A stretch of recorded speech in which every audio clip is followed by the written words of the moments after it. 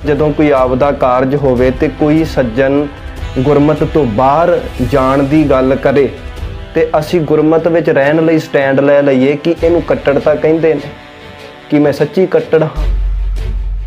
ਗੁਰੂ ਸਾਹਿਬ ਕਹਿਣ ਲੱਗੇ ਵੀ ਤੁਸੀਂ ਵੱਢਣਾ ਵੱਢ ਦਿਓ, ਮੇਰਾ ਜੋ ਨੁਕਸਾਨ ਕਰਨਾ ਕਰ ਦਿਓ, ਪਰ ਮੈਂ ਆਪਣੇ ਅਸੂਲਾਂ ਤੋਂ ਪਾਸੇ ਨਹੀਂ ਹੋਣ ਲੱਗਾ। ਔਰੰਗਜ਼ੇਬ ਦਾ ਇੱਕ ਅਹੁਦਾ ਸੀ, ਉਹ ਬਾਦਸ਼ਾਹ ਸੀ, ਜੇ ਉਹਦੀ ਕੋਈ ਨਹੀਂ ਗੱਲ ਮੰਨਦਾ ਸੀ ਉਹਨੂੰ ਮਾਰ ਦਿੰਦਾ ਸੀ, ਵੱਢ ਦਿੰਦਾ ਸੀ, ਕਿਉਂਕਿ ਉਹਦਾ ਵੱਸ ਚੱਲਦਾ ਸੀ। ਆ ਸਾਡੇ ਬੰਦੇ ਕਾਨੂੰਨ ਦੇ ਦਾਇਰੇ ਵਿੱਚ ਨੇ, ਇਹਨਾਂ ਦਾ ਵੱਸ ਨਹੀਂ ਚੱਲਦਾ ਵੀ ਜੇ ਇਹਨਾਂ ਦੀ ਕੋਈ ਗੱਲ ਨਾ ਮੰਨੇ, ਪਰ ਘੱਟੋ ਘੱਟ ਇੰਨਾ ਤਾਂ ਕਰ ਹੀ ਸਕਦੇ ਨੇ, ਮਨ ਦੇ ਵਿੱਚ ਤਾਂ ਗਾਲਾਂ ਕੱਢ ਹੀ ਸਕਦੇ ਨੇ ਨਾ, ਮਨ ਦੇ ਵਿੱਚ ਤਾਂ ਨਫ਼ਰਤ ਕਰ ਹੀ ਸਕਦੇ ਨੇ ਨਾ। ਇਹ ਕੱਟੜਤਾ ਹੀ ਹੋਈ। ਕਈ ਸੱਜਣ ਆ ਕੇ ਬਹਾਨਾ ਲੈਂਦੇ ਨੇ, ਜੇ ਕਹੀਏ ਨਾ ਭਾਈ ਮਰਿਆਦਾ ਅਨੁਸਾਰ ਕਰਨਾ ਚਾਹੀਦਾ, ਆਖੇ ਜੀ ਗ੍ਰਸਤਾਂ ਦੇ ਵਿੱਚ ਗ੍ਰਸਤ ਵਿੱਚ ਰਹਿੰਦਿਆਂ ਬੜਾ ਕੁਝ ਕਰਨਾ ਪੈਂਦਾ। ਤੇ ਮੈਂ ਉਹਨਾਂ ਨੂੰ ਬੇਨਤੀ ਕਰਾਂਗਾ ਸਾਧ ਸੰਗਤ, ਕਿ ਗੁਰੂ ਨਾਨਕ ਸਾਹਿਬ ਨੇ ਇਹ ਵਿਚਾਰਧਾਰਾ ਕਿਸੇ ਜੋਗੀਆਂ ਵਾਸਤੇ ਦਿੱਤੀ ਹੈ, ਪਰ ਜਿਹੜਾ ਗੁਰਸਿੱਖ ਹੈ ਉਹ ਤਾਂ ਦੂਜੇ ਸਿੱਖ ਦੀ ਮਰਿਆਦਾ ਦੇਖ ਕੇ ਖੁਸ਼ ਹੋਏਗਾ, ਤਾਨੇ ਨਹੀਂ ਮਾਰੇਗਾ ਵੀ ਇਹ ਕੱਟੜ ਹੋ ਗਿਆ ਜੀ, ਵੱਡਾ ਮਰਿਆਦਾ ਪੁਰਸ਼ੋਤਮ। ਉਹ ਦੋਨੋਂ ਮੋਨੇ ਸੀ ਤੇ ਹਿੰਦੂ ਧਰਮ ਦੇ ਸੀ, ਇੱਕ ਬਿਹਾਰ ਦਾ ਸੀ ਤੇ ਇੱਕ ਉੱਤਰਾਖੰਡ ਦਾ ਸੀ। ਤੇ ਇਸ ਤਰ੍ਹਾਂ ਅਸੀਂ ਕਾਫੀ ਇਕੱਠੇ ਵਿਚਰਦੇ ਰਹੇ ਆਖਰੀ ਸਮੈਸਟਰ ਦੇ ਵਿੱਚ। ਤੇ ਇੱਕ ਸੱਜਣ ਨੇ ਮੈਨੂੰ ਆ ਕੇ ਸਵਾਲ ਕਰ ਲਿਆ, ਕਹਿਣ ਲੱਗੇ ਭਾਈ ਸਾਹਿਬ ਜੀ ਤੁਸੀਂ ਕੇਸਾ ਧਾਰੀ, ਤੁਸੀਂ ਅੰਮ੍ਰਿਤ ਧਾਰੀ, ਤੇ ਤੁਸੀਂ ਆ ਮੋਨੇ ਬੰਦਿਆਂ ਨਾਲ ਫਿਰ ਰਹੇ ਹੋ।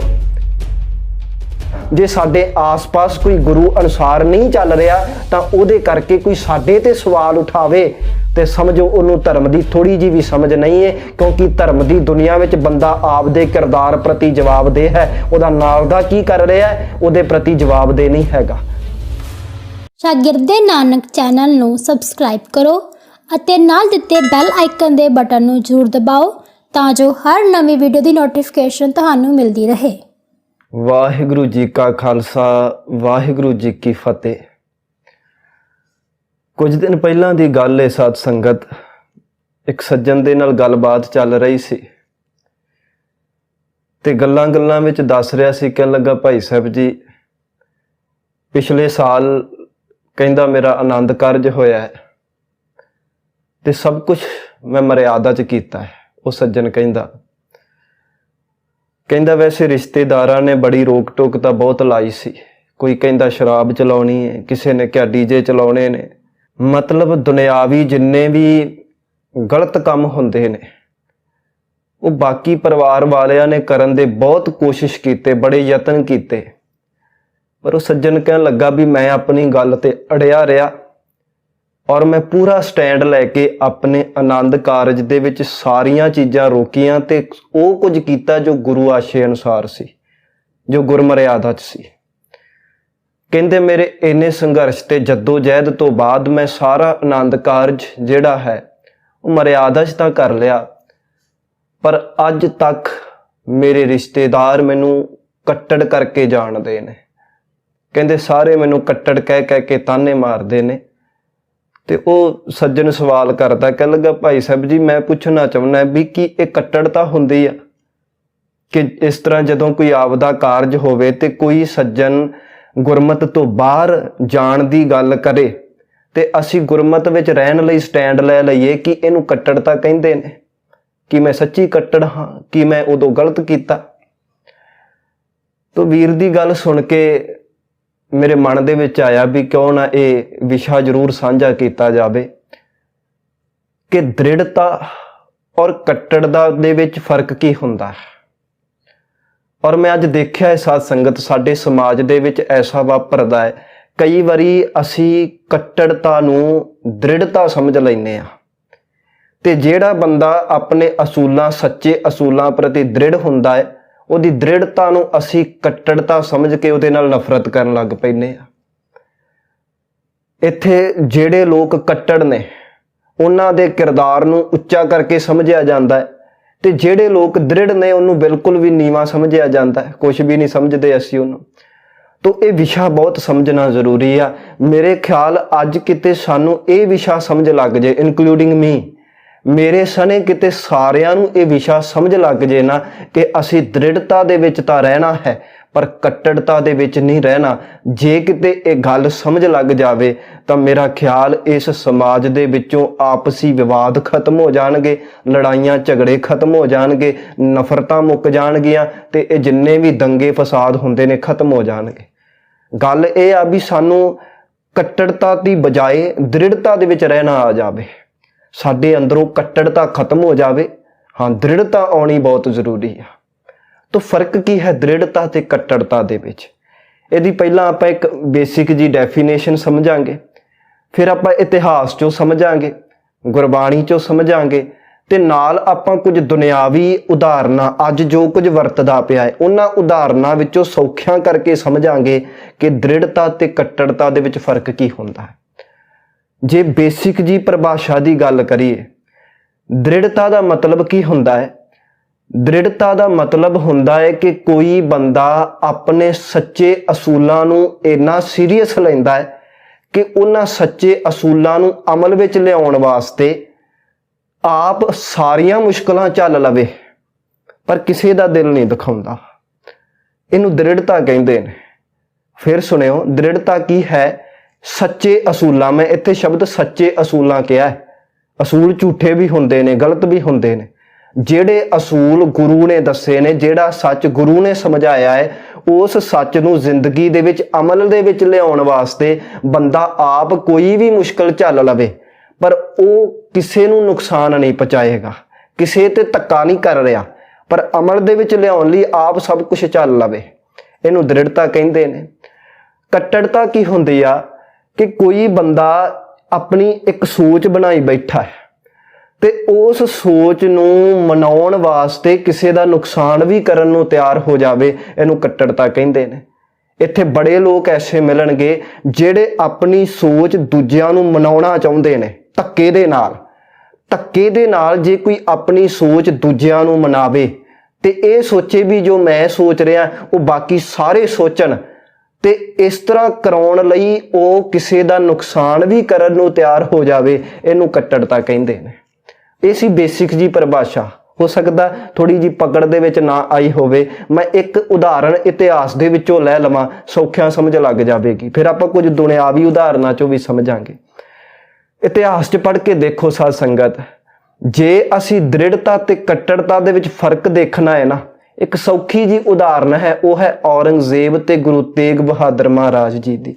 ਇੱਕ ਪਾਸੇ ਔਰੰਗਜ਼ੇਬ ਹੈ, ਉਹ ਵੀ ਮਨ ਦੇ ਵਿੱਚ ਇੱਕ ਸੋਚ ਲੈ ਕੇ ਬੈਠਾ ਹੈ ਕਿ ਪੂਰੀ ਦੁਨੀਆ ਜਿਹੜੀ ਹੈ ਉਹ ਮੁਸਲਮਾਨ ਹੋ ਜਾਵੇ, ਸਾਰਾ ਹਿੰਦੁਸਤਾਨ ਮੁਸਲਮਾਨ ਹੋ ਜਾਵੇ। ਜੋ ਕੁਝ ਮੈਂ ਕਰਦਾ ਹੈ, ਜੋ ਕੁਝ ਮੈਂ ਮੰਨਦਾ ਹੈ, ਜਿਹੜੇ ਧਰਮ ਅਨੁਸਾਰ ਮੈਂ ਚੱਲਦਾ, ਇਸ ਅਨੁਸਾਰ ਸਾਰੇ ਲੋਕ ਚੱਲਣੇ ਚਾਹੀਦੇ ਨੇ। ਹੁਣ ਔਰੰਗਜ਼ੇਬ ਇਹ ਸੋਚੀ ਬੈਠਾ ਹੈ। ਹੁਣ ਮੁਸਲਮਾਨ ਹੋਣਾ ਕੋਈ ਮਾੜੀ ਗੱਲ ਨਹੀਂ ਹੈ ਸਾਧ ਸੰਗਤ, ਪਰ ਆਪਣੀ ਵਿਚਾਰ ਧੱਕੇ ਦੇ ਨਾਲ ਦੂਜਿਆਂ ਨੂੰ ਮਨਾਉਣੀ ਇਹ ਕੱਟੜਤਾ ਹੈ ਤੇ ਔਰੰਗਜ਼ੇਬ ਕੱਟੜ ਸੀ। ਔਰੰਗਜ਼ੇਬ ਆਪਣੀ ਵਿਚਾਰਧਾਰਾ ਨੂੰ ਧੱਕੇ ਦੇ ਨਾਲ ਦੂਜਿਆਂ ਨੂੰ ਮਨਾਉਣਾ ਚਾਹੁੰਦਾ ਹੈ ਤੇ ਜੇ ਕੋਈ ਨਹੀਂ ਮੰਨਦਾ ਉਹਨਾਂ ਨੂੰ ਵੱਢ ਵੀ ਦਿੰਦਾ ਹੈ, ਮਾਰ ਵੀ ਦਿੰਦਾ, ਖਤਮ ਵੀ ਕਰ ਦਿੰਦਾ। ਇਤਿਹਾਸ ਗਵਾਹ ਹੈ ਕਿ ਆਪਣੀ ਗੱਲ ਮਨਾਉਣ ਲਈ ਔਰੰਗਜ਼ੇਬ ਨੇ ਪਤਾ ਨਹੀਂ ਕਿੰਨੇ ਹਿੰਦੂਆਂ ਨੂੰ ਵੱਢਿਆ, ਪਤਾ ਨਹੀਂ ਕਿੰਨਿਆਂ ਦਾ ਨੁਕਸਾਨ ਕੀਤਾ, ਕਿੰਨੇ ਫਕੀਰਾਂ ਨੂੰ ਮਾਰਿਆ, ਕਿੰਨਿਆਂ ਨੂੰ ਉਜਾੜਿਆ, ਇਹ ਔਰੰਗਜ਼ੇਬ ਨੇ ਕੀਤਾ। ਤੇ ਦੂਜੇ ਪਾਸੇ ਗੁਰੂ ਤੇਗ ਬਹਾਦਰ ਮਹਾਰਾਜ ਜੀ ਦੇਖ ਲਓ। ਹੁਣ ਗੁਰੂ ਤੇਗ ਬਹਾਦਰ ਮਹਾਰਾਜ ਜੀ ਐਡੀ ਮਹਾਨ ਸ਼ਖਸੀਅਤ ਕਿ ਜਿਨ੍ਹਾਂ ਦੀ ਵਿਚਾਰ ਦੇ ਨਾਲ ਸਹਿਮਤ ਵੀ ਨਹੀਂ, ਉਹਨਾਂ ਦੇ ਵਾਸਤੇ ਕੁਰਬਾਨੀ ਦੇਣ ਪਹੁੰਚ ਗਏ ਨੇ, ਸ਼ਹਾਦਤ ਦੇਣ ਪਹੁੰਚ ਗਏ ਨੇ। ਤੇ ਆਪ ਦੇ ਅੱਗੇ ਵੀ ਸ਼ਰਤਾਂ ਰੱਖੀਆਂ ਗਈਆਂ, ਭਾਈ ਜਾਂ ਤਾਂ ਇਸਲਾਮ ਕਬੂਲ ਕਰ ਲਵੋ ਜਾਂ ਕਰਾਮਾਤ ਦਿਖਾਓ, ਨਹੀਂ ਤੇ ਮੌਤ ਕਬੂਲ ਲਵੋ। ਹੁਣ ਇਸਲਾਮ ਕਬੂਲ ਕਰਨਾ ਮਤਲਬ ਆਪਣੇ ਅਸੂਲਾਂ ਤੋਂ ਪਾਸੇ ਹੋਣਾ ਸੀ, ਪਰ ਗੁਰੂ ਤੇਗ ਬਹਾਦਰ ਮਹਾਰਾਜ ਜੀ ਦ੍ਰਿੜਤਾ ਸਿਖਾ ਰਹੇ ਨੇ। ਗੁਰੂ ਸਾਹਿਬ ਕਹਿਣ ਲੱਗੇ ਵੀ ਤੁਸੀਂ ਵੱਢਣਾ ਵੱਢ ਦਿਓ, ਮੇਰਾ ਜੋ ਨੁਕਸਾਨ ਕਰਨਾ ਕਰ ਦਿਓ, ਪਰ ਮੈਂ ਆਪਣੇ ਅਸੂਲਾਂ ਤੋਂ ਪਾਸੇ ਨਹੀਂ ਹੋਣ ਲੱਗਾ, ਮੈਂ ਆਪਣੀ ਵਿਚਾਰਧਾਰਾ ਨਹੀਂ ਛੱਡਣ ਲੱਗਾ, ਧੱਕੇ ਦੇ ਨਾਲ ਮੈਂ ਇਸਲਾਮ ਨਹੀਂ ਕਬੂਲਾਂਗਾ। ਤੇ ਕਰਾਮਾਤ ਤੁਸੀਂ ਮੈਨੂੰ ਧੱਕੇ ਨਾਲ ਦਿਖਾਉਣ ਲਈ ਕਹਿ ਰਹੇ ਹੋ, ਇਹ ਵੀ ਮੇਰੇ ਅਸੂਲਾਂ ਦੇ ਖਿਲਾਫ ਹੈ। ਤੁਸੀਂ ਜੋ ਨੁਕਸਾਨ ਕਰਨਾ ਕਰ ਦਿਓ, ਪਰ ਮੈਂ ਇਹ ਨਹੀਂ ਮੰਨਣਾ। ਹੁਣ ਦੋਨਾਂ 'ਚ ਫਰਕ ਦੇਖੋ। ਇੱਕ ਪਾਸੇ ਔਰੰਗਜ਼ੇਬ ਵੀ ਜਿੱਦ ਕਰ ਰਿਹਾ, ਪਰ ਉਹ ਜਿੱਦ ਕਰ ਰਿਹਾ ਵੀ ਜੋ ਮੈਂ ਸੋਚਦਾ ਬਾਕੀ ਸਾਰੇ ਵੀ ਉਂਝ ਸੋਚਣ, ਤੇ ਜੇ ਨਹੀਂ ਸੋਚੋਗੇ ਮੈਂ ਬਾਕੀ ਸਾਰਿਆਂ ਨੂੰ ਖਤਮ ਕਰ ਦਿਆਂਗਾ। ਤੇ ਗੁਰੂ ਤੇਗ ਬਹਾਦਰ ਮਹਾਰਾਜ ਜੀ ਕਹਿੰਦੇ ਜੋ ਮੈਂ ਸੋਚਦਾ ਮੈਂ ਆਪਣੀ ਜ਼ਿੰਦਗੀ ਤੇ ਅਮਲ ਕਰਾਂਗਾ ਤੇ ਮੇਰਾ ਜੋ ਮਰਜ਼ੀ ਨੁਕਸਾਨ ਹੋ ਜਾਵੇ ਮੈਂ ਉਹਨਾਂ ਅਸੂਲਾਂ ਤੋਂ ਪਾਸੇ ਨਹੀਂ ਹਟਾਂਗਾ। ਇਹਨੂੰ ਦ੍ਰਿੜਤਾ ਕਹਿੰਦੇ ਨੇ, ਜੋ ਔਰੰਗਜ਼ੇਬ ਕਰ ਰਿਹਾ ਉਹਨੂੰ ਕੱਟੜਤਾ ਕਹਿੰਦੇ ਨੇ। ਮਤਲਬ ਕਿ ਜਿਹੜਾ ਬੰਦਾ ਆਪਣੀ ਵਿਚਾਰ ਨੂੰ ਅਮਲ ਦੇ ਵਿੱਚ ਲਿਆਉਣ ਲਈ ਕਿਸੇ ਦਾ ਨੁਕਸਾਨ ਵੀ ਕਰ ਦਵੇ, ਆਪਣੀ ਵਿਚਾਰ ਦੂਜੇ ਨੂੰ ਮਨਾਉਣ ਵਾਸਤੇ ਉਹਦੇ ਨਾਲ ਧੱਕਾ ਵੀ ਕਰੇ, ਉਹਦਾ ਨੁਕਸਾਨ ਵੀ ਕਰੇ, ਇਹ ਕੀ ਹੈ? ਇਹ ਕੱਟੜਤਾ ਹੈ। ਤੇ ਜਦੋਂ ਬੰਦਾ ਕਿਸੇ ਤੇ ਧੱਕਾ ਨਹੀਂ ਕਰ ਰਿਹਾ, ਹੁਣ ਕਿਸੇ ਨੂੰ ਧੱਕੇ ਨਾਲ ਨਹੀਂ ਕਹਿ ਰਿਹਾ ਵੀ ਜੋ ਮੈਂ ਮੰਨਦਾ ਤੂੰ ਵੀ ਮੰਨ, ਪਰ ਉਹ ਆਪ ਮੰਨਣੀ ਚਾਹੁੰਦਾ ਹੈ, ਆਪ ਆਪਣੇ ਸੰਬੰਧ ਵਿੱਚ ਜਿਹੜੇ ਕਾਰਜ ਆਉਂਦੇ ਨੇ ਉਹਦੇ 'ਚ ਅਮਲ ਕਰਨਾ ਚਾਹੁੰਦਾ ਹੈ। ਤੇ ਜੇ ਕੋਈ ਉਹਨੂੰ ਕਵੇ ਭਰਾਵਾ ਇਸ ਕਾਰਜ ਵਿੱਚ ਇੰਜ ਨਹੀਂ ਤੂੰ ਇੰਜ ਕਰ, ਤੇ ਉਹ ਉੱਥੇ ਸਟੈਂਡ ਲੈ ਲਵੇਗਾ ਕਿ ਭਰਾਵਾ ਮੇਰਾ ਨੁਕਸਾਨ ਹੁੰਦਾ ਹੋ ਜਾਵੇ ਪਰ ਮੈਂ ਆਪਣੇ ਅਸੂਲਾਂ ਤੋਂ ਪਾਸੇ ਨਹੀਂ ਹਟਾਂਗਾ। ਇਹਨੂੰ ਦ੍ਰਿੜਤਾ ਕਹਿੰਦੇ ਨੇ ਸਾਧ ਸੰਗਤ। ਤੇ ਜੇ ਦ੍ਰਿੜਤਾ ਦੀ ਮਿਸਾਲ ਦੇਖਣੀ ਇੱਕ ਹੋਰ ਦੇ ਦੇਵਾਂ, ਭਾਈ ਮਤੀ ਦਾਸ ਜੀ। ਤੁਸੀਂ ਦੇਖੋ ਭਾਈ ਮਤੀ ਦਾਸ ਦੇ ਅੱਗੇ ਸ਼ਰਤ ਰੱਖੀ ਗਈ, ਜਾਂ ਤਾਂ ਇਸਲਾਮ ਕਬੂਲ ਲਵੋ ਨਹੀਂ ਤੇ ਆਰੇ ਨਾਲ ਚੀਰ ਦਿੱਤੇ ਜਾਵੋਗੇ। ਤੇ ਭਾਈ ਮਤੀ ਦਾਸ ਨੇ ਕਿਹਾ ਸੀ ਵੀ ਤੁਸੀਂ ਮੈਨੂੰ ਵੱਢਣਾ ਵੱਢ ਦਿਓ, ਬੰਦ ਕੱਟਣੇ ਉਹ ਕਰ ਦਿਓ ਕੱਟ ਦਿਓ, ਮੈਨੂੰ ਚੀਰਨਾ ਚੀਰ ਦਿਓ, ਮੇਰੇ ਦੋ ਫਾੜ ਕਰਨੇ ਨੇ, ਜੋ ਕਰਨਾ ਕਰ ਦਿਓ, ਪਰ ਮੈਂ ਆਪਣੇ ਗੁਰੂ ਦੀ ਦਿੱਤੀ ਸਿੱਖਿਆ ਤੋਂ ਪਾਸੇ ਨਹੀਂ ਹਟਣ ਲੱਗਾ। ਇਹ ਹੁਣ ਕੱਟੜਤਾ ਨਹੀਂ ਹੈ, ਇਹ ਦ੍ਰਿੜਤਾ ਹੈ ਸਾਧ ਸੰਗਤ। ਗੁਰਬਾਣੀ 'ਚ ਵੀ ਫਰਮਾਨ ਆਉਂਦਾ ਹੈ ਨਾ, ਕਰਵਟ ਭਲਾ ਨਾ ਕਰਵਟ ਤੇਰੀ, ਲਾਗ ਗਲੇ ਸੁਣ ਬਿਨਤੀ ਮੇਰੀ, ਹਉ ਵਾਰੀ ਮੁਖ ਫੇਰ ਪਿਆਰੇ, ਕਰਵਟ ਦੇ ਮੁਕੋ ਕਾਹੇ ਕੋ ਮਾਰੇ। ਗੁਰਬਾਣੀ ਦਾ ਫਰਮਾਨ ਹੈ, ਹੇ ਪ੍ਰਮਾਤਮਾ ਮੈਨੂੰ ਆਰਾ ਚੰਗਾ ਲੱਗਦਾ ਹੈ ਪਰ ਮੈਨੂੰ ਤੇਰਾ ਵਿਛੋੜਾ ਨਹੀਂ ਚੰਗਾ ਲੱਗਦਾ। ਮੈਂ ਆਰਾ ਤਾਂ ਸਹਿ ਸਕਦਾ ਪਰ ਤੇਰਾ ਵਿਛੋੜਾ ਨਹੀਂ ਸਹਿ ਸਕਦਾ। ਇਹਨੂੰ ਹੁਣ ਦੁਨਿਆਵੀ ਉਦਾਹਰਨਾਂ ਤੋਂ ਸਮਝੀਏ। ਦ੍ਰਿੜਤਾ ਕੀ ਹੈ ਕਿ ਜਦੋਂ ਬੰਦੇ ਦਾ ਅੰਦਰ ਪੁਕਾਰ ਕੇ ਕਹਿੰਦਾ ਹੋਵੇ ਮੇਰਾ ਸਤਿਗੁਰੂ ਮੈਂ ਆਪਣੇ ਜੀਵਨ ਦੇ ਵਿੱਚ ਸਾਰੀਆਂ ਮੁਸ਼ਕਲਾਂ ਝੱਲ ਸਕਦਾ ਹੈ ਪਰ ਮੈਂ ਤੇਰੀ ਦਿੱਤੀ ਸਿੱਖਿਆ ਤੋਂ ਪਾਸੇ ਨਹੀਂ ਹੋ ਸਕਦਾ। ਆ ਇੱਕ ਧਾਰਨਾ ਪੜ੍ਹੀ ਜਾਂਦੀ ਹੈ ਨਾ, ਚਲੋ ਉਹ ਪੱਕੀ ਬਾਣੀ ਤਾਂ ਨਹੀਂ ਹੈ ਪਰ ਭਾਵ ਬੜਾ ਸੋਹਣਾ ਉਹਦੇ 'ਚ ਸਮਝ ਆਉਂਦਾ ਹੈ। ਅਕਸਰ ਕੋਈ ਗੁਰਮੁਖ ਸੱਜਣ ਗਾਉਂਦੇ ਹੁੰਦੇ ਨੇ, ਮੇਰਾ ਰੁੱਸੇ ਨਾ ਕਲਗੀਆਂ ਵਾਲਾ ਜੱਗ ਭਾਵੇਂ ਸਾਰਾ ਰੁੱਸ ਜੇ। ਇਹ ਕੀ ਹੈ? ਹੁਣ ਇਹ ਦ੍ਰਿੜਤਾ ਕਿ ਬੰਦਾ ਆਪਣਾ ਕੋਈ ਵੀ ਕਾਰਜ ਕਰ ਰਿਹਾ ਤੇ ਦੂਜੇ ਬੰਦੇ ਉਹਨੂੰ ਕਹਿ ਰਹੇ ਭਰਾਵਾ ਇੰਜ ਕਰ, ਕੋਈ ਕਹਿੰਦਾ ਸ਼ਰਾਬ ਚਲਾਉਣੀ, ਕੋਈ ਕਹਿੰਦਾ ਡੀਜੇ ਲਾਉਣੇ ਨੇ, ਪਰ ਉਹ ਬੰਦਾ ਆਪਣੇ ਕਾਰਜ ਦੇ ਵਿੱਚ ਸਭ ਕੁਝ ਗੁਰੂ ਅਨੁਸਾਰ ਕਰਨ ਲਈ ਸਟੈਂਡ ਲੈ ਲੈਂਦਾ ਹੈ। ਔਰ ਉਹਦੇ ਵਿੱਚ ਕੋਈ ਰਿਸ਼ਤੇਦਾਰ ਰੁੱਸਦਾ ਹੈ ਤੇ ਉਹਨੂੰ ਕੋਈ ਪਰਵਾਹ ਨਹੀਂ, ਕਿਉਂਕਿ ਜੇ ਕੋਈ ਰੁੱਸਦਾ ਹੈ ਨਾ ਉਹ ਆਪਣੀ ਈਗੋ ਕਰਕੇ ਪਰੇਸ਼ਾਨ ਹੈ, ਨਾ ਕਿ ਉਸ ਬੰਦੇ ਕਰਕੇ। ਮੰਨ ਲਓ ਹੁਣ ਉਸ ਵੀਰ ਦਾ ਆਨੰਦ ਕਾਰਜ ਸੀ, ਉਹ ਸਭ ਕੁਝ ਮਰਿਆਦਾ ਅਨੁਸਾਰ ਕਰ ਰਿਹਾ, ਕੋਈ ਸੱਜਣ ਉਹਨੂੰ ਕਹਿ ਰਿਹਾ ਵੀ ਭਾਈ ਤੇਰੇ ਵਿਆਹ ਦੇ ਵਿੱਚ ਸ਼ਰਾਬ ਚੱਲਣੀ ਚਾਹੀਦੀ ਹੈ, ਉਹ ਕਹਿੰਦਾ ਨਹੀਂ ਮੈਂ ਸ਼ਰਾਬ ਨਹੀਂ ਚੱਲਣ ਦੇਣੀ, ਮੈਂ ਮਰਿਆਦਾ ਅਨੁਸਾਰ ਕਰਾਉਣਾ। ਕੋਈ ਕਹਿੰਦਾ ਤੇਰੇ ਸਿਰ ਤੇ ਕਲਗੀ ਲਾਉਣੀ ਹੈ ਤੇ ਉਹ ਕਹਿੰਦਾ ਨਹੀਂ ਮੈਂ ਦਮਾਲਾ ਬੰਨ ਕੇ ਜਾਣਾ ਹੈ। ਕੋਈ ਕਹਿੰਦਾ ਤੈਨੂੰ ਆਹ ਪਹਿਰਾਵਾ ਪਾਉਣਾ, ਉਹ ਕਹਿੰਦਾ ਮੈਂ ਬਾਣਾ ਪਾ ਕੇ ਜਾਣਾ ਹੈ। ਹੁਣ ਉਹਦਾ ਆਪਣਾ ਕਾਰਜ, ਜਾਂ ਤਾਂ ਹੁੰਦਾ ਨਾ ਵੀ ਕਿਸੇ ਦੇ ਕਾਰਜ ਦੇ ਵਿੱਚ ਉਹ ਕਿਸੇ ਨੂੰ ਧੱਕੇ ਨਾਲ ਕਹਿੰਦਾ ਤੂੰ ਇੰਜ ਕਰ, ਫਿਰ ਕੱਟੜਤਾ ਹੋਣੀ ਸੀ, ਪਰ ਹੁਣ ਉਹਦਾ ਆਪਣਾ ਕਾਰਜ ਏ। ਬੰਦਾ ਆਪਣੇ ਕਾਰਜ ਪ੍ਰਤੀ ਤਾਂ ਆਪਣੇ ਸੁਤੰਤਰਤਾ ਦੇ ਨਾਲ ਫੈਸਲਾ ਲੈ ਸਕਦਾ ਹੈ ਨਾ।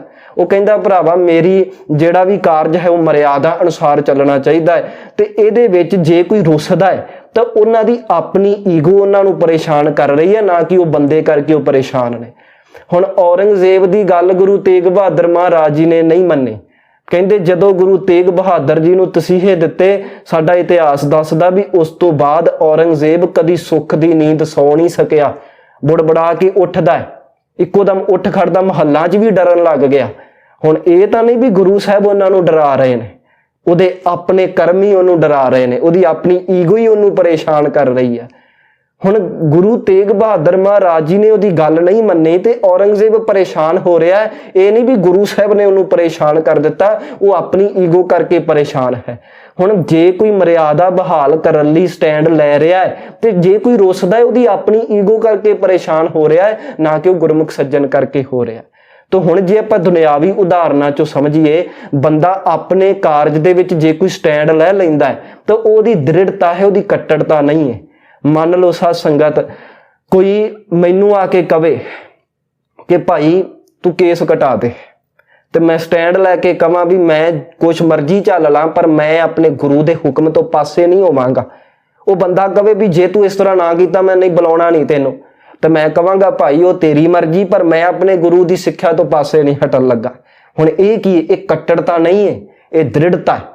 ਇਸੇ ਤਰ੍ਹਾਂ ਹੁਣ ਉਸ ਵੀਰ ਨੇ ਆਨੰਦ ਕਾਰਜ ਦੇ ਬਾਬਤ ਸਵਾਲ ਕੀਤਾ, ਜੇ ਆਨੰਦ ਕਾਰਜ ਦੇ ਵਿੱਚ ਸਭ ਕੁਝ ਉਹ ਬੰਦਾ ਆਪਣੇ ਕਾਰਜ ਦੇ ਵਿੱਚ ਸਭ ਕੁਝ ਮਰਿਆਦਾ ਨਾਲ ਕਰ ਰਿਹਾ ਹੈ ਤੇ ਕੋਈ ਉਹ ਬੰਦਾ ਆ ਕੇ ਉਹਨੂੰ ਕਵੇ ਭਰਾਵਾ ਕਲਗੀ ਲਾ ਤੇ ਉਹ ਸਟੈਂਡ ਲੈ ਕੇ ਕਵੇ ਵੀ ਮੈਂ ਮਰਿਆਦਾ ਅਨੁਸਾਰ ਕਰਨਾ ਹੈ, ਇਹ ਉਹਦੀ ਕੱਟੜਤਾ ਨਹੀਂ, ਇਹ ਉਹਦੀ ਦ੍ਰਿੜਤਾ ਹੈ ਸਾਧ ਸੰਗਤ। ਕਿਉਂਕਿ ਉਹ ਬੰਦਾ ਆਪਣੇ ਗੁਰੂ ਨੂੰ ਰਸਾਉਣਾ ਨਹੀਂ ਚਾਹੁੰਦਾ। ਜਿਹੜੀ ਉਹ ਗੱਲ ਮੈਂ ਸੁਣਾ ਦੇਵਾਂ, ਮੇਰਾ ਰੁੱਸੇ ਨਾ ਕਲਗੀਆਂ ਵਾਲਾ ਜੱਗ ਭਾਵੇਂ ਸਾਰਾ ਰੁੱਸ ਜੇ, ਇਹ ਉਹਦੀ ਦ੍ਰਿੜਤਾ ਹੈ। ਹਾਂ, ਕੱਟੜਤਾ ਉਦੋਂ ਹੋਣੀ ਸੀ ਜਦੋਂ ਉਹਦੇ ਕਿਸੇ ਰਿਸ਼ਤੇਦਾਰ ਦਾ ਵਿਆਹ ਹੈ ਤੇ ਉਹ ਕਲਗੀ ਲਾਉਣਾ ਚਾਹੁੰਦਾ ਹੈ। ਹਾਂ, ਇਹਨੂੰ ਪਿਆਰ ਦੇ ਨਾਲ ਸਮਝਾ ਤਾਂ ਸਕਦਾ ਭਾਈ ਮਰਿਆਦਾ ਅਨੁਸਾਰ ਕਰ, ਪਰ ਜੇ ਉਹ ਨਹੀਂ ਮੰਨਣਾ ਚਾਹੁੰਦਾ ਤੇ ਉਹਨੂੰ ਧੱਕੇ ਦੇ ਨਾਲ ਮਨਾਉਣਾ ਨਹੀਂ। ਇਹ ਨਹੀਂ ਵੀ ਉਹਦੇ ਤੇ ਧੱਕਾ ਕਰਨਾ ਹੈ। ਜੇ ਉਹ ਨਹੀਂ ਮੰਨਦਾ ਤੇ ਭਰਾਵਾ ਠੀਕ ਹੈ, ਮੇਰਾ ਫਰਜ਼ ਸੀ ਤੈਨੂੰ ਸਮਝਾ ਦਿੱਤਾ। ਹਾਂ, ਜੇ ਉੱਥੇ ਵੀ ਉਹਨੂੰ ਧੱਕੇ ਦੇ ਨਾਲ ਰੋਕਦਾ, ਨਹੀਂ ਨਹੀਂ ਮੈਂ ਤੈਨੂੰ ਕਲਗੀ ਨਹੀਂ ਲਾਉਣ ਦੇਣੀ, ਤਾਂ ਫੇਰ ਉਹਦੀ ਕੱਟੜਤਾ ਹੋਣੀ ਸੀ। ਪਰ ਜੇ ਉਹ ਆਪਣੇ ਕਾਰਜ ਦੇ ਪ੍ਰਤੀ ਹੀ ਸਟੈਂਡ ਲੈ ਰਿਹਾ ਹੈ, ਹੁਣ ਕਿਸੇ ਦੇ ਕਾਰਜ ਦੇ ਵਿੱਚ ਧੱਕਾ ਨਹੀਂ ਕਰ ਰਿਹਾ, ਤਾਂ ਇਹ ਉਹਦੀ ਕੱਟੜਤਾ ਨਹੀਂ, ਇਹ ਉਹਦੀ ਦ੍ਰਿੜਤਾ ਹੈ। ਤੇ ਮੈਂ ਇੱਥੇ ਇੱਕ ਬੇਨਤੀ ਕਰਾਂ ਸਾਧ ਸੰਗਤ, ਕੱਟੜ ਕੇਵਲ ਧਰਮੀ ਲੋਕ ਹੀ ਨਹੀਂ ਹੁੰਦੇ। ਮੈਂ ਦੇਖਿਆ ਦੁਨਿਆਵੀ ਬੰਦੇ ਵੱਧ ਕੱਟੜ ਹੁੰਦੇ ਨੇ।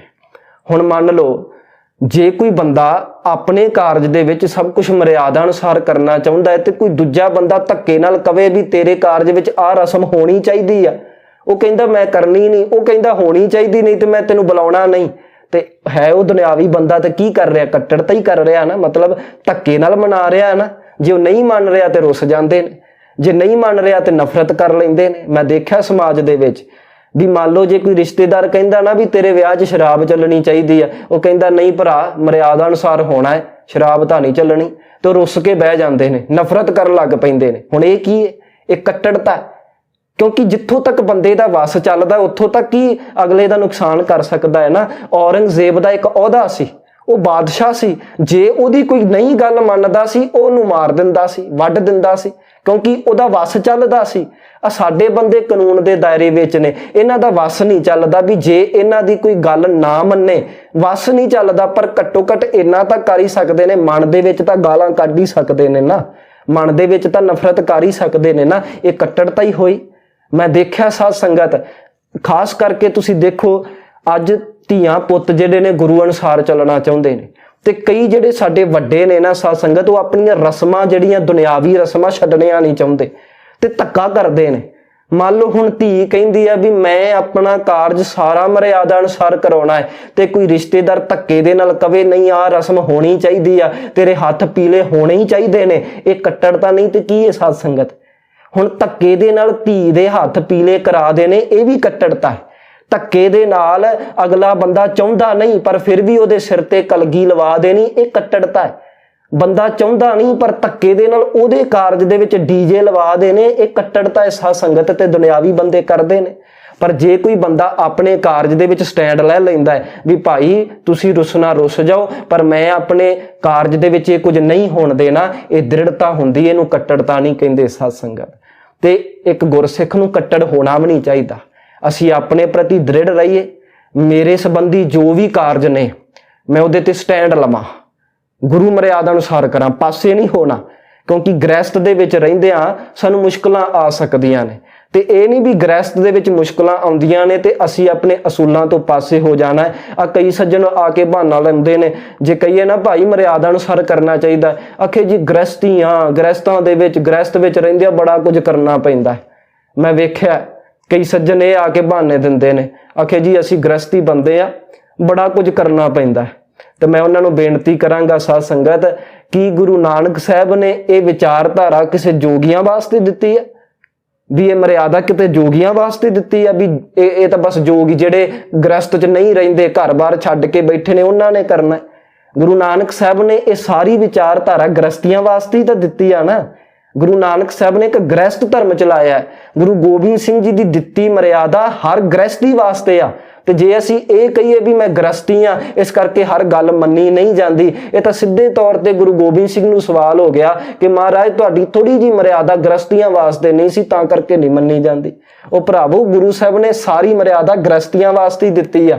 ਇਹ ਤਾਂ ਹੈ ਨਹੀਂ ਕਿ ਵੀ ਗ੍ਰਸਤੀਆਂ ਨੂੰ ਕਹਿ ਦਿੱਤਾ ਹੋਵੇ ਵੀ ਚਲੋ ਚਲੋ ਤੁਸੀਂ ਜੋ ਮਰਜ਼ੀ ਕਰਨਾ ਕਰ ਲਿਓ, ਆ ਥੋੜੀ ਜੀ ਮਰਿਆਦਾ ਮੈਂ ਦੂਜੇ ਬੰਦਿਆਂ ਨੂੰ ਦੇ ਚੱਲਿਆ ਜਿਹੜੇ ਗ੍ਰਸਤੀ ਨਹੀਂ ਹੈਗੇ। ਇਸ ਤਰ੍ਹਾਂ ਤਾਂ ਨਹੀਂ ਨਾ ਹੈਗਾ। ਉਹ ਸਾਰੀ ਮਰਿਆਦਾ ਗ੍ਰਸਤੀਆਂ ਵਾਸਤੇ ਹੀ ਦਿੱਤੀ ਆ ਤੇ ਸਾਡੇ ਗ੍ਰਸਤੀਆਂ ਦਾ ਹੀ ਫਰਜ਼ ਬਣਦਾ ਹੈ ਕਿ ਗ੍ਰਸਤ ਦੇ ਵਿੱਚ ਰਹਿੰਦੇ ਆ ਅਸੀਂ ਸਾਰੀ ਗੁਰਮਰਿਆਦਾ ਅਨੁਸਾਰ ਕਰੀਏ।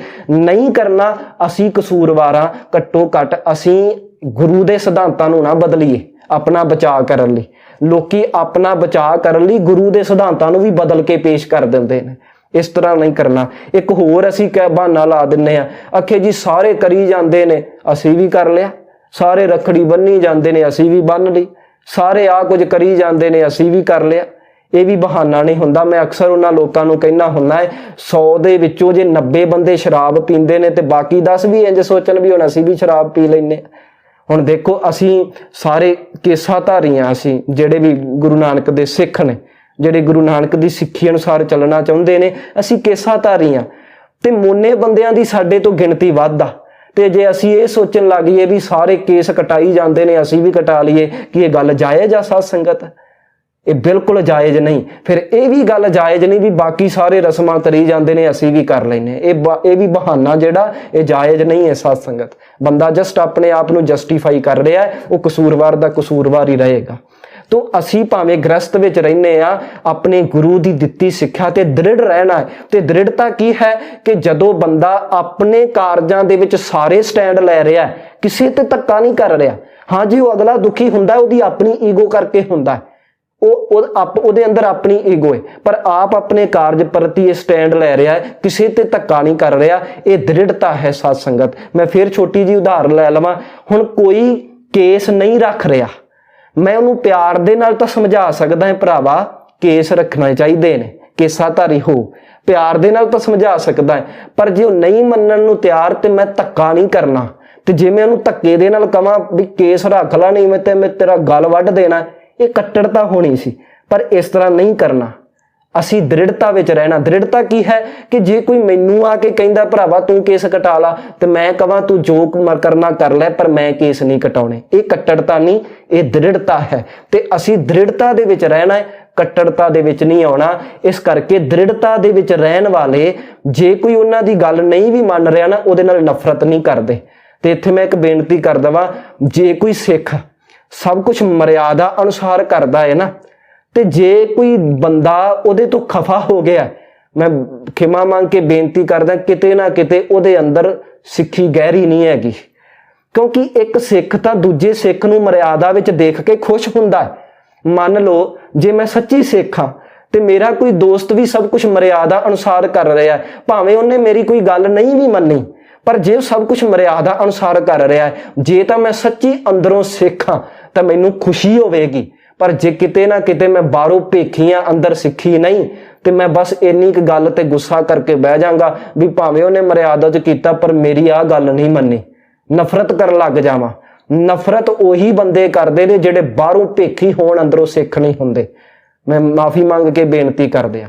ਪਰ ਜਿਹੜਾ ਗੁਰਸਿੱਖ ਹੈ ਉਹ ਤਾਂ ਦੂਜੇ ਸਿੱਖ ਦੀ ਮਰਿਆਦਾ ਦੇਖ ਕੇ ਖੁਸ਼ ਹੋਏਗਾ, ਤਾਨੇ ਨਹੀਂ ਮਾਰੇਗਾ ਵੀ ਇਹ ਕੱਟੜ ਹੋ ਗਿਆ ਜੀ, ਵੱਡਾ ਮਰਿਆਦਾ ਪੁਰਸ਼ੋਤਮ, ਵੱਡਾ ਮਰਿਆਦਾ ਵਾਲਾ। ਮੈਂ ਵੇਖਿਆ ਲੋਕ ਤਾਨੇ ਮਾਰਨ ਲੱਗ ਪੈਂਦੇ ਨੇ, ਅਸਲ ਦੇ ਵਿੱਚ ਉਹ ਬਾਹਰੋਂ ਭੇਖੀ ਨੇ, ਅੰਦਰੋਂ ਸਿੱਖ ਨਹੀਂ। ਅੰਦਰੋਂ ਸਿੱਖ ਤਾਂ ਦੂਜੇ ਸਿੱਖ ਨੂੰ ਸਿੱਖੀ ਕਮਾਉਂਦਿਆਂ ਦੇਖ ਕੇ ਖੁਸ਼ ਹੁੰਦਾ ਹੈ ਸਾਧ ਸੰਗਤ। ਤੇ ਜੇ ਕੋਈ ਨਫ਼ਰਤ ਕਰ ਰਿਹਾ ਹੈ, ਸਮਝੋ ਉਹਦੇ ਅੰਦਰ ਸਿੱਖੀ ਗਹਿਰੀ ਨਹੀਂ ਹੈ। ਮੈਂ ਤਾਂ ਇੱਥੋਂ ਤੱਕ ਦੇਖਿਆ ਸਾਧ ਸੰਗਤ, ਅਸੀਂ ਜਿੰਨੀ ਮਰਜ਼ੀ ਮਰਿਆਦਾ ਅਨੁਸਾਰ ਚੱਲ ਲਈਏ, ਪਰ ਜੇ ਕਿਸੇ ਦੀ ਗੱਲ ਨਹੀਂ ਮੰਨੀ ਨਾ, ਉਹ ਬੰਦੇ ਅਗਲੇ ਦਾ ਨੁਕਸਾਨ ਕਰਨ ਤੱਕ ਆ ਜਾਂਦੇ ਨੇ, ਇੰਨੀ ਈਗੋ ਰੱਖਦੇ ਨੇ। ਆ ਸਾਡੇ ਕੁਝ ਨਜ਼ਦੀਕੀ ਹੈਗੇ ਨੇ ਸਾਧ ਸੰਗਤ, ਅਸੀਂ ਸਭ ਕੁਝ ਮਰਿਆਦਾ ਅਨੁਸਾਰ ਕਰਾਇਆ, ਉਹਨਾਂ ਦੀ ਇੱਕ ਅੱਧੀ ਗੱਲ ਨਹੀਂ ਮੰਨੀ ਗਈ ਤਾਂ ਉਹ ਇੰਨਾ ਗੁੱਸਾ ਕਰਕੇ ਬੈਠ ਗਏ ਕਿ ਜਦੋਂ ਉਹਨਾਂ ਦੀ ਲੋੜ ਪਈ, ਉਹਨਾਂ ਨੂੰ ਫੋਨ ਕੀਤਾ, ਭਾਈ ਸਾਨੂੰ ਤੁਹਾਡੇ ਤਾਈਂ ਆਹ ਕੰਮ ਹੈ, ਤੇ ਕੋਰਾ ਜਵਾਬ ਦਿੱਤਾ ਵੀ ਤੁਸੀਂ ਮੇਰੀ ਗੱਲ ਨਹੀਂ ਮੰਨੀ, ਹੁਣ ਆਪਣਾ ਕੰਮ ਆਪੇ ਦੇਖ ਲਓ। ਤੇ ਉਹਨਾਂ ਦੇ ਹੁੰਦਿਆਂ ਹੋਇਆਂ ਉਹਨਾਂ ਦੇ ਪਿੰਡ ਚੋਂ ਕਿਸੇ ਬਗਾਨੇ ਬੰਦੇ ਦਾ ਨੰਬਰ ਲੈ ਕੇ ਸਾਨੂੰ ਕੰਮ ਕੱਢਣਾ ਪਿਆ। ਹੁਣ ਦੇਖੋ ਲੋਕ ਇੰਨੀ ਨਫ਼ਰਤ ਕਰ, ਇਹ ਕੱਟੜਤਾ ਹੈ ਸਾਧ ਸੰਗਤ, ਇਹਨੂੰ ਹੀ ਕੱਟੜਤਾ ਕਹਿੰਦੇ ਨੇ ਕਿ ਜਦੋਂ ਸਾਡੀ ਗੱਲ ਨਹੀਂ ਮੰਨੀ ਗਈ ਅਸੀਂ ਮਨ ਦੇ ਵਿੱਚ ਉਹਦੇ ਪ੍ਰਤੀ ਨਫ਼ਰਤ ਪਾਲ ਲੈਣੀ, ਇਹ ਕੱਟੜਤਾ ਹੁੰਦੀ ਹੈ। ਅਸੀਂ ਕੱਟੜ ਨਹੀਂ ਹੋਣਾ। ਕੋਈ ਵੀ ਗੁਰਸਿੱਖ ਹੈ ਉਹ ਆਪਣੇ ਅਸੂਲਾਂ ਪ੍ਰਤੀ ਦ੍ਰਿੜ ਰਵੇ, ਪਰ ਜੇ ਉਹਦੀ ਗੱਲ ਕਿਸੇ ਨੇ ਨਹੀਂ ਮੰਨੀ ਤਾਂ ਵੀ ਉਹਨੂੰ ਪਿਆਰ ਹੀ ਦੇਣਾ ਹੈ, ਤਾਂ ਵੀ ਅੰਦਰੋਂ ਇਹ ਬੋਲਣਾ ਹੈ, ਅਵਲ ਅੱਲ੍ਹ ਨੂਰ ਉਪਾਇਆ ਕੁਦਰਤ ਕੇ ਸਭ ਬੰਦੇ, ਏਕ ਨੂਰ ਤੇ ਸਭ ਜਗ ਉਪਜਿਆ ਕੌਣ ਭਲੇ ਕੋ ਮੰਦੇ। ਇੱਥੇ ਕੋਈ ਮੰਦਾ ਨਹੀਂ, ਸਾਰੇ ਪਰਮਾਤਮਾ ਦੇ ਬੰਦੇ ਨੇ। ਜੇ ਕਿਸੇ ਨੇ ਮੇਰੀ ਨਹੀਂ ਗੱਲ ਮੰਨੀ, ਚਲੋ ਭਾਈ ਉਹਦੀ ਮਰਜ਼ੀ ਆ, ਕਿਤੇ ਪਰਮਾਤਮਾ ਨੂੰ ਸਮਝ ਦੇ ਦਵੇ ਤੇ ਗੁਰੂ ਦੀ ਕੋਈ ਗੱਲ ਮੰਨ ਲਏਗਾ। ਅੱਜ ਨਹੀਂ ਕੋਈ ਗੁਰੂ ਅਨੁਸਾਰ ਚੱਲ ਰਿਹਾ, ਮੈਂ ਥੋੜਾ ਨਫ਼ਰਤ ਕਰਨੀ ਉਹਦੇ ਨਾਲ, ਨਫ਼ਰਤ ਕਰਨੀ ਵੀ ਨਹੀਂ ਚਾਹੀਦੀ। ਤੇ ਜੇ ਅਸੀਂ ਉਹਨਾਂ ਨਾਲ ਨਫ਼ਰਤ ਨਹੀਂ ਕਰ ਰਹੇ, ਇਹ ਸਾਡੇ ਅੰਦਰ ਗੁਣ ਹੈ, ਇਹ ਕੋਈ ਮਾੜਾ ਅਵਗੁਣ ਨਹੀਂ ਹੈਗਾ। ਮੈਨੂੰ ਯਾਦ ਹੈ ਸਾਧ ਸੰਗਤ, ਮੈਂ ਆਪਣੀ ਯੂਨੀਵਰਸਿਟੀ ਪੜ੍ਹ ਰਿਹਾ ਸੀ ਤੇ ਆਖਰੀ ਸਮੈਸਟਰ ਦੇ ਵਿੱਚ ਸਾਡਾ ਪ੍ਰੋਜੈਕਟ ਸੀ ਤੇ 3 ਜਾਣਿਆਂ ਦਾ ਗਰੁੱਪ ਬਣਨਾ ਸੀ ਤੇ ਜਿਹੜਾ ਪ੍ਰੋਜੈਕਟ ਮੈਂ ਚੂਜ਼ ਕੀਤਾ ਉਹੀ ਪ੍ਰੋਜੈਕਟ 2 ਹੋਰ ਸੱਜਣਾ ਨੇ ਚੂਜ਼ ਕਰ ਲਿਆ ਤੇ ਮੈਂ ਵੇਖਿਆ ਵੀ ਉਹਨਾਂ ਦਾ ਪ੍ਰੋਜੈਕਟ ਵੀ ਮੇਰੇ ਨਾਲ ਮੈਚ ਕਰ ਰਿਹਾ, ਇਸ ਕਰਕੇ ਮੈਂ ਆਪਣੇ ਗਰੁੱਪ ਵਿੱਚ ਉਹਨਾਂ ਦੋਨਾਂ ਨੂੰ ਲੈ ਲਿਆ। ਪਰ ਹੈ ਉਹ ਦੋਨੋਂ ਮੋਨੇ ਸੀ ਤੇ ਹਿੰਦੂ ਧਰਮ ਦੇ ਸੀ, ਇੱਕ ਬਿਹਾਰ ਦਾ ਸੀ ਤੇ ਇੱਕ ਉੱਤਰਾਖੰਡ ਦਾ ਸੀ।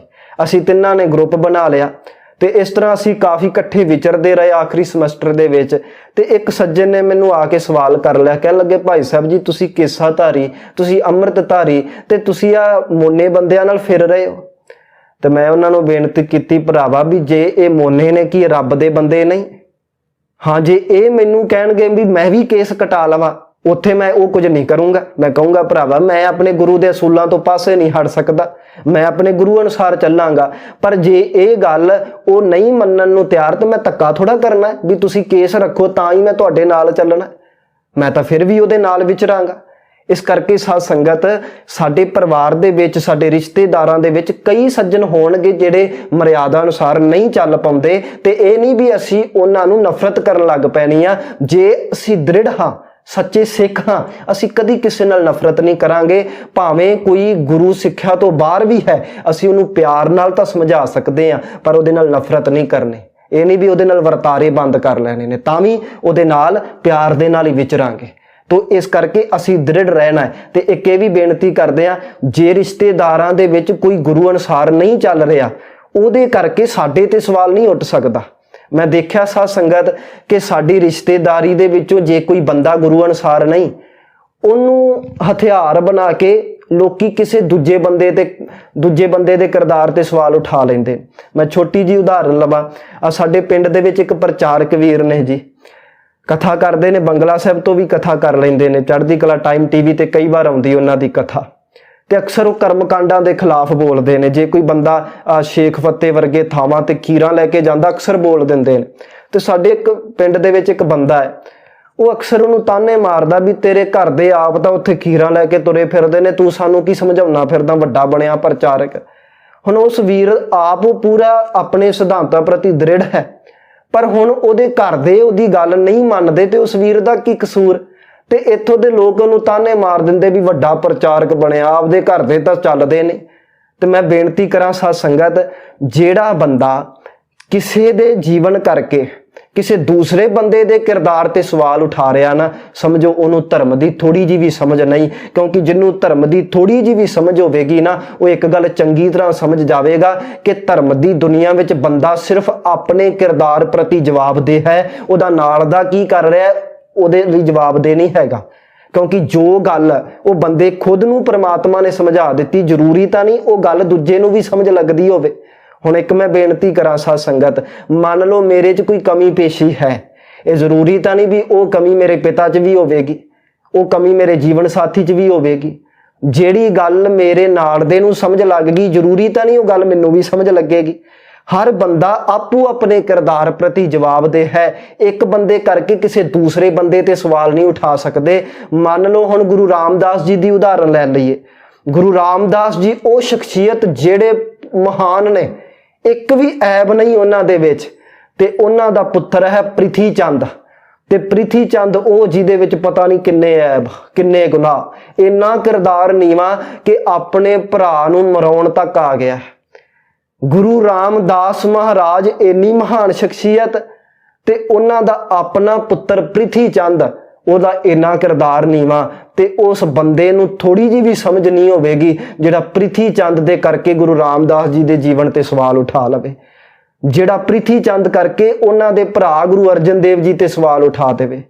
ਹੁਣ ਜੇ ਗੁਰੂ ਰਾਮਦਾਸ ਜੀ ਦੀ ਸੋਭਾ ਕਰਨੀ ਆ, ਉਹਨਾਂ ਦਾ ਜੀਵਨ ਦੇਖਣਾ ਪਵੇਗਾ ਤੇ ਪ੍ਰਿਥੀ ਚੰਦ ਦੇ ਕਿਰਦਾਰ ਤੇ ਸਵਾਲ ਉਠਾਉਣੇ ਨੇ ਤੇ ਉਹਦਾ ਜੀਵਨ ਦੇਖਣਾ ਪਵੇਗਾ। ਪ੍ਰਿਥੀ ਚੰਦ ਦੇ ਕਰਕੇ ਉਹਨਾਂ ਦੇ ਪਿਤਾ ਤੇ ਸਵਾਲ ਨਹੀਂ ਉਠਾਇਆ ਜਾ ਸਕਦਾ, ਉਹਨਾਂ ਦੇ ਭਰਾ ਤੇ ਸਵਾਲ ਉਠਾਇਆ ਨਹੀਂ ਜਾ ਸਕਦਾ। ਇਸੇ ਤਰ੍ਹਾਂ ਜੇ ਸਾਡੇ ਆਸ-ਪਾਸ ਕੋਈ ਗੁਰੂ ਅਨੁਸਾਰ ਨਹੀਂ ਚੱਲ ਰਿਹਾ ਤਾਂ ਉਹਦੇ ਕਰਕੇ ਕੋਈ ਸਾਡੇ ਤੇ ਸਵਾਲ ਉਠਾਵੇ ਤੇ ਸਮਝੋ ਉਹਨੂੰ ਧਰਮ ਦੀ ਥੋੜੀ ਜੀ ਵੀ ਸਮਝ ਨਹੀਂ ਹੈ, ਕਿਉਂਕਿ ਧਰਮ ਦੀ ਦੁਨੀਆ ਵਿੱਚ ਬੰਦਾ ਆਪਦੇ ਕਿਰਦਾਰ ਪ੍ਰਤੀ ਜਵਾਬਦੇਹ ਹੈ, ਉਹਦਾ ਨਾਲ ਦਾ ਕੀ ਕਰ ਰਿਹਾ ਹੈ ਉਹਦੇ ਪ੍ਰਤੀ ਜਵਾਬਦੇਹ ਨਹੀਂ ਹੈਗਾ। ਕਿਉਂਕਿ ਮੈਂ ਇੱਕ ਛੋਟੀ ਜੀ ਹੋਰ ਉਦਾਹਰਨ ਲੈ ਲਵਾਂ। ਮੇਰਾ ਪਿਛਲੇ ਦਿਨੀ ਇੱਕ ਹਿੰਦੂ ਵੀਰ ਨਾਲ ਰਾਬਤਾ ਹੋਇਆ। ਉਸ ਵੀਰ ਨੇ ਅੰਮ੍ਰਿਤ ਛਕ ਲਿਆ ਜੀ, ਕੇਸਾਧਾਰੀ ਹੋ ਗਿਆ, ਪਰ ਉਹਦੇ ਪਰਿਵਾਰ ਵਾਲੇ ਉਵੇਂ ਹੀ ਬੁੱਤ ਪੂਜਦੇ ਨੇ, ਪੱਥਰ ਪੂਜਦੇ ਨੇ, ਜਿੰਨੇ ਕਰਮਕਾਂਡ ਹੈ ਸਾਰੇ ਕਰਦੇ ਨੇ। ਤੇ ਕਿਸੇ ਨੇ ਉਸ ਵੀਰ ਨੂੰ ਪੁੱਛ ਲਿਆ ਵੀ ਭਾਈ ਤੂੰ ਤਾਂ ਅੰਮ੍ਰਿਤ ਛਕ ਲਿਆ, ਤੂੰ ਤਾਂ ਹੁਣ ਬੁੱਤ ਪ੍ਰਸਤੀ ਨਹੀਂ ਕਰਦਾ, ਪਰ ਤੇਰੇ ਘਰ ਦੇ ਬੁੱਤ ਪੂਜੀ ਜਾਂਦੇ, ਕਾਹਦਾ ਤੂੰ ਅੰਮ੍ਰਿਤਧਾਰੀ? ਤੇ ਉਸ ਵੀਰ ਨੇ ਜਵਾਬ ਦਿੱਤਾ, ਭਾਈ ਜੇ ਪਰਮਾਤਮਾ ਨੇ ਮੈਨੂੰ ਇਹ ਸਮਝ ਪਾ ਦਿੱਤੀ ਆ ਵੀ ਬੁੱਤ ਨਹੀਂ ਪੂਜਣਾ ਚਾਹੀਦਾ, ਉਹਦੇ ਹੁਕਮ ਵਿੱਚ ਰਹਿਣਾ ਚਾਹੀਦਾ ਹੈ, ਕੇਸਾਧਾਰੀ ਹੋਣਾ ਹੈ, ਜਿਹੜੀ ਗੱਲ ਮੈਨੂੰ ਪਰਮਾਤਮਾ ਨੇ ਸਮਝ ਪਾ ਦਿੱਤੀ, ਹੁਣ ਉਹ ਗੱਲ ਮੇਰੇ ਘਰਦਿਆਂ ਨੂੰ ਨਹੀਂ ਸਮਝ ਆਈ ਤੇ ਇਹਦੇ ਵਿੱਚ ਮੇਰਾ ਕੀ ਕਸੂਰ ਹੈ? ਹੁਣ ਗੱਲ ਜਾਇਜ਼ ਆ ਸਾਧ ਸੰਗਤ। ਜਿਹੜਾ ਚਾਅ ਸਿੱਖੀ ਕਮਾਉਣ ਦਾ ਮੰਨ ਲਓ ਸਾਡੇ ਅੰਦਰ ਪੈਦਾ ਹੋ ਗਿਆ, ਕਿਸੇ ਨਾਲ ਦੇ ਰਿਸ਼ਤੇਦਾਰ ਅੰਦਰ ਨਹੀਂ ਹੋਇਆ, ਤੇ ਉਹਦੇ ਵਿੱਚ ਸਾਡਾ ਕੀ ਕਸੂਰ ਹੈ? ਇਸ ਕਰਕੇ ਸਾਧ ਸੰਗਤ ਜਿਹੜਾ ਧਰਮ ਦੀ ਸਹੀ ਸਮਝ ਰੱਖਦਾ ਹੈ ਉਹ ਕਦੀ ਵੀ ਇੱਕ ਬੰਦੇ ਕਰਕੇ ਕਿਸੇ ਦੂਸਰੇ ਬੰਦੇ ਦੇ ਕਿਰਦਾਰ ਤੇ ਸਵਾਲ ਨਹੀਂ ਉਠਾਏਗਾ। ਇਸ ਕਰਕੇ ਸਾਧ ਸੰਗਤ ਅਸੀਂ ਜੇ ਦ੍ਰਿੜਤਾ ਦੇ ਵਿੱਚ ਰਹਿ ਕੇ ਕਿਸੇ ਉਹਦੇ ਨਾਲ ਵੀ ਪਿਆਰ ਦੇ ਨਾਲ ਸਲੀਕਾ ਕਰ ਰਹੇ ਆ ਨਾ, ਜਿਹੜਾ ਬੰਦਾ ਆਪਣੇ ਅਸੂਲਾਂ ਪ੍ਰਤੀ ਦ੍ਰਿੜ ਨਹੀਂ, ਜਿਹੜਾ ਬੰਦਾ ਗੁਰੂ ਅਨੁਸਾਰ ਨਹੀਂ, ਜੇ ਅਸੀਂ ਉਹਦੇ ਨਾਲ ਵੀ ਪਿਆਰ ਨਾਲ ਵਿਚਰ ਰਹੇ ਆ ਤੇ ਘਬਰਾਉਣ ਦੀ ਲੋੜ ਨਹੀਂ। ਲੋਕ ਤਾਨੇ ਮਾਰਦੇ ਨੇ ਤੇ ਮਾਰੀ ਜਾਣ ਵੀ ਇਹਦਾ ਨਾਲ ਦਾ ਐਵੇਂ ਕਰਦਾ ਹੈ। ਸਾਡਾ ਕੰਮ ਪਿਆਰ ਵੰਡਣਾ ਹੈ, ਸਾਡਾ ਕੰਮ ਸਭ ਦੇ ਨਾਲ ਇੱਕੋ ਜਿਹਾ ਰਹਿਣਾ ਹੈ। ਜਿਹੜੇ ਕੱਟੜ ਹੋਣਗੇ ਉਹ ਨਫ਼ਰਤ ਵੀ ਕਰੀ ਜਾਣਗੇ, ਉਹ ਤਾਨੇ ਵੀ ਮਾਰੀ ਜਾਣਗੇ, ਉਹ ਅੰਦਰੋਂ ਗੁੱਸੇ ਵੀ ਕਰੀ ਜਾਣਗੇ, ਪਰ ਦ੍ਰਿੜਤਾ ਦੇ ਵਿੱਚ ਆਇਆ ਬੰਦਾ ਤਾਂ ਸਭ ਲਈ ਸਰਬੱਤ ਦਾ ਭਲਾਈ ਮੰਗਦਾ ਹੈ। ਅਸੀਂ ਆਪਣੇ ਅਸੂਲਾਂ ਪ੍ਰਤੀ ਦ੍ਰਿੜ ਰਹੀਏ। ਕੋਈ ਵੀ ਕਾਰਜ ਆਉਂਦਾ ਹੈ ਸਟੈਂਡ ਲਈਏ ਕਿ ਭਾਈ ਮੈਂ ਆਪਣਾ ਕਾਰਜ ਗੁਰੂ ਮਰਿਆਦਾ ਅਨੁਸਾਰ ਕਰਨਾ ਹੈ। ਤੁਹਾਡਾ ਕਾਰਜ ਹੋਵੇ ਜਿਵੇਂ ਮਰਜ਼ੀ ਕਰ ਲਿਓ, ਮੈਂ ਧੱਕਾ ਨਹੀਂ ਕਰਦਾ। ਜੇ ਧੱਕਾ ਕਰਾਂਗਾ ਫਿਰ ਕੱਟੜ ਸਦਾਵਾਂਗਾ, ਪਰ ਮੈਂ ਤੁਹਾਡੇ ਕਾਰਜ ਤੇ ਧੱਕਾ ਨਹੀਂ ਕਰਦਾ, ਪਰ ਆਪਣੇ ਕਾਰਜ ਪ੍ਰਤੀ ਸਟੈਂਡ ਜ਼ਰੂਰ ਲਵਾਂਗਾ। ਇਸ ਕਰਕੇ ਇਹਨੂੰ ਦ੍ਰਿੜਤਾ ਕਹਿੰਦੇ ਨੇ, ਇਹਨੂੰ ਕੱਟੜਤਾ ਨਹੀਂ ਕਹਿੰਦੇ। ਅਸੀਂ ਕੱਟੜ ਨਹੀਂ ਬਣਨਾ, ਕਿਸੇ ਤੇ ਧੱਕਾ ਕਰਕੇ ਉਹਨੂੰ ਵਿਚਾਰ ਨਹੀਂ ਬਣਾਉਣੀ। ਦ੍ਰਿੜਤਾ ਦੇ ਵਿੱਚ ਰਹਿਣਾ ਹੈ, ਆਪਣੇ ਕਾਰਜਾਂ ਤੇ ਪੂਰੇ ਸਟੈਂਡ ਲੈਣੇ ਨੇ। ਦੂਸਰਿਆਂ ਨੂੰ ਪਿਆਰ ਨਾਲ ਸਮਝਾਈਏ, ਠੀਕ ਆ, ਨਹੀਂ ਮੰਨਦੇ ਤੇ ਵਾਹਿਗੁਰੂ ਰਾਖਾ ਹੈ, ਸਤਿਗੁਰੂ ਰਹਿਮਤ ਕਰਨ। ਅਸੀਂ ਵੀ ਦ੍ਰਿੜਤਾ ਦੇ ਵਿੱਚ ਆਈਏ ਸਾਧ ਸੰਗਤ, ਕੱਟੜਤਾ ਨੂੰ ਆਪਣੇ ਜੀਵਨ ਦੇ ਵਿੱਚੋਂ ਕੱਢ ਦਈਏ ਤਾਂ ਕਿ ਅਸੀਂ ਸਾਰੇ ਆਪਸ ਦੇ ਵਿੱਚ ਪਿਆਰ, ਪ੍ਰੇਮ ਤੇ ਇਤਫਾਕ ਦੇ ਨਾਲ ਰਹਿ ਸਕੀਏ ਜੀ। ਵਾਹਿਗੁਰੂ ਜੀ ਕਾ ਖਾਲਸਾ, ਵਾਹਿਗੁਰੂ ਜੀ ਕੀ ਫਤਿਹ।